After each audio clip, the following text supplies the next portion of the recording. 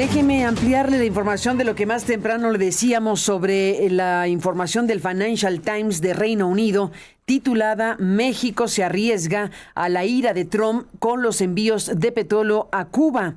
En 2025, México se convirtió en el principal proveedor de petróleo de Cuba, desplazando incluso a Venezuela, dice esta información.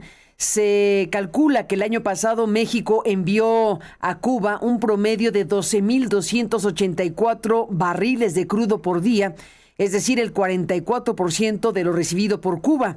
Se trata de un aumento del 56% respecto a los envíos de México en 2024, según Kepler, una de las firmas de análisis y seguimiento de buques petroleros. Según las estadísticas, Venezuela disminuyó en 63% sus envíos de petróleo a Cuba con respecto a 2023. El otro gran proveedor de petróleo a Cuba es, Rusia.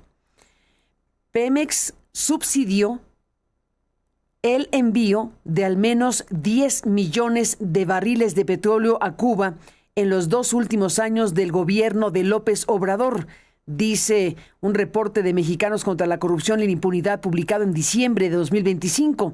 Informes financieros internos y auditorías externas revelan que las exportaciones de Pemex a Cuba se han traducido en pérdidas y en el incremento de deudas para México, afirmó esta información de Mexicanos publicada con la firma de Verónica Ayala. Verónica investigó este tema y publicó en diciembre que Pemex, el gobierno mexicano, subsidió el envío de al menos 10 millones de barriles de petróleo a Cuba. En reportes entregados a inversionistas de la bolsa, Pemex ha informado que de julio de 2023 a septiembre de 2024 envió a la isla petróleo crudo y productos derivados por alrededor de 15,600 millones de pesos a través de Gasolinas Bienestar. Gasolinas Bienestar SADCB, la hicieron empresa privada. Esto que es Gasolinas del Bienestar SADCB, imagínense, empresa filial que fue creada en febrero de 2022. Y bueno, están todas las estadísticas y lo que México, el gobierno mexicano le ha enviado a Cuba.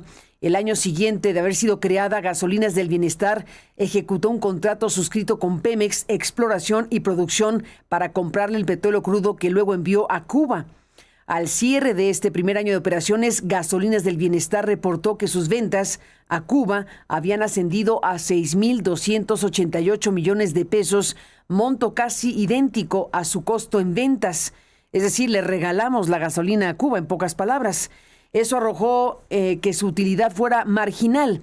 Apenas México ganó 418 mil pesos por toda esa cantidad de gasolina que le entregó a Cuba el gobierno de México.